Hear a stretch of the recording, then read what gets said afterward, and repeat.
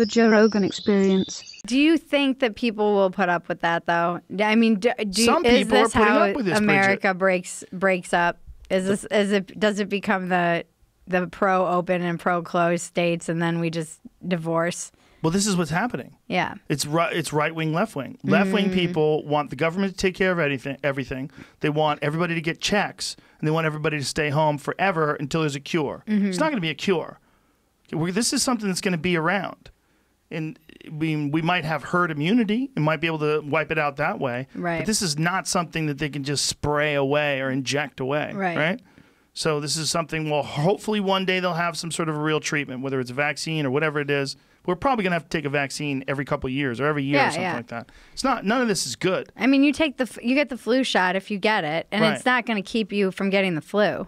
Right, there's still other strains that are out there. But it helps you even if you do get those strains that aren't the strain. Exactly. Then there's herd immunity, right? Where more than 60% of the people get it, the virus sort of dies off. That's a positive possibility in the future.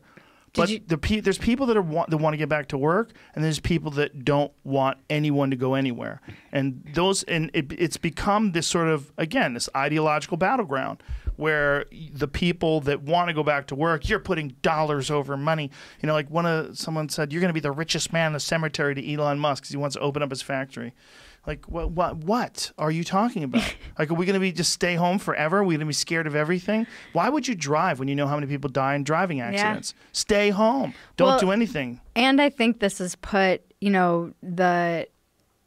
we make these calculations all the time about how many people is it acceptable to die. It's just not so in our face. For instance, with opioids or if you're using these to help people manage pain, but a certain amount of people might become addicted or die, there's all kinds of trade-offs that we're making.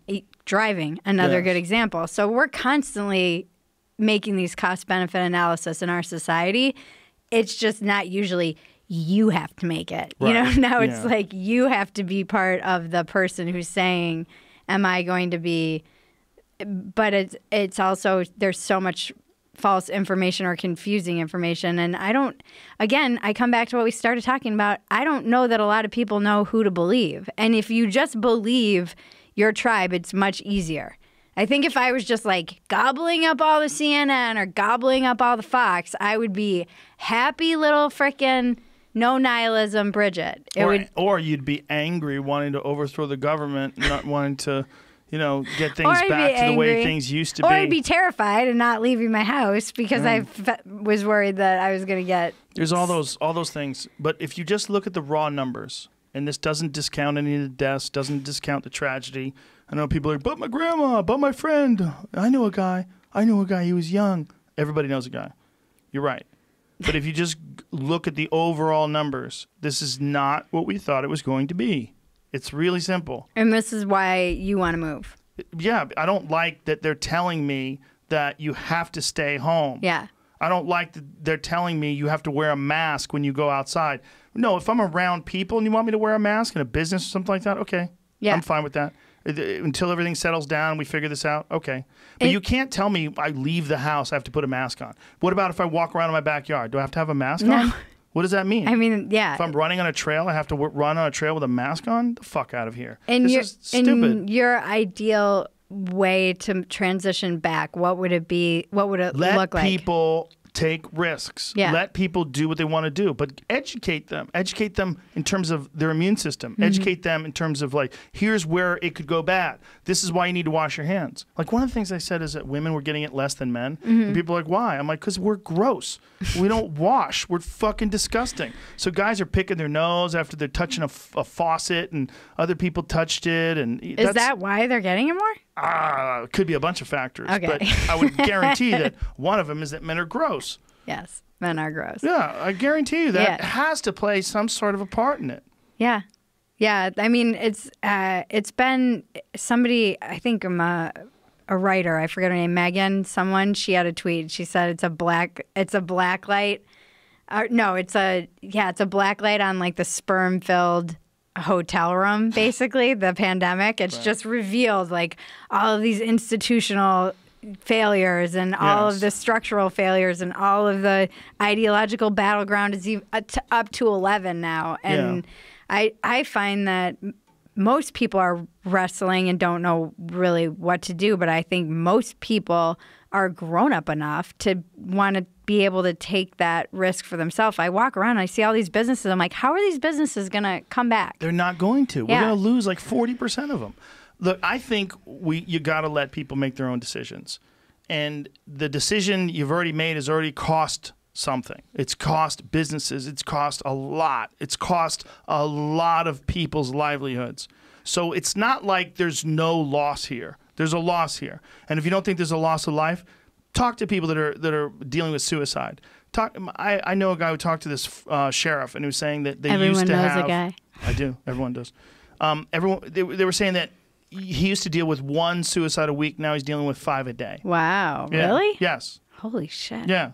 That seems This like is- it should be a bigger story. But it is a big story. But Yeah. it's just not being talked about because the narrative is always stay safer, stay at home, this and that. And this is crazy. We went down. There's a real loss Yeah. that comes with your business going away. Oh, yeah. It's not just loss of life. It's loss of business, loss of livelihood, and that could lead to loss of life. Yeah. And it's going to last for years. It was creepy. I was texting you the pictures of the phosphorescence. You Yeah, know, it's beautiful. it's amazing. And what are you going to tell people they can't go look at nature? And so I think it was Cinco de Mayo. We went down and everybody was out. Like so many people. There were no cops. I couldn't believe it. I was like, What are the cops going to do? Yeah. So Going to tell people to get off the beach? yeah, that's so.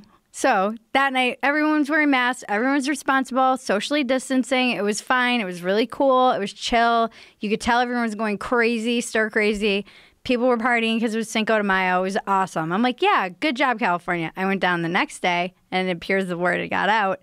And they had turned the Ferris wheel down at the pier into like a weird, creepy dystopian message. It was just like, hey, support our healthcare workers. And then there was a red cross in the Ferris wheel. And the police were there and they were like, everyone off the beach. The beaches are closed. We will cite you. And to the people's credit, no one gave a fuck and didn't move. But they were driving up and down, telling everybody. But it was a creepy vibe with the like Ferris wheel and the messaging that had totally changed overnight. Meanwhile, go to the hospitals out here. They're empty. Yeah. Yeah. It's a real problem. Hospitals are going bankrupt out I here. know. And I read a thing about how a college might go bankrupt too. So I don't know how the schools are going to A stay lot of afloat. private schools that are charging exorbitant rates and expect people to do that shit in front of a computer, they're going to go under. Yeah. They're going to go under. But I mean, again, you at least have a platform you can talk about this and an audience that you hear from. And what's the general People feeling? are furious. Yeah. There's a certain percentage of people that are cowards. And they just want to trust in the government and let the government make these decisions. They're doing this with sound science. No, but they're not. But they're not. If they were, I'd be like, okay, I get it. Because I was like, okay, I get it in the beginning. I didn't protest it in the beginning. I canceled gigs. I backed off. I said, I think they're trying to save us. But then when you get the science in, when you get the actual numbers in, you're like, no, this is way different than they thought. They thought it was going to be hundreds of thousands dead in California alone. No, it's 1,000 people, 1,800 people, whatever it is. Do you think it'll be And worse do you know than the that? average age that people die of this is older than the average age? Yeah. It's like 85 plus. Yeah, the average age people die of this is older than the average age people die. Yeah. Like, what?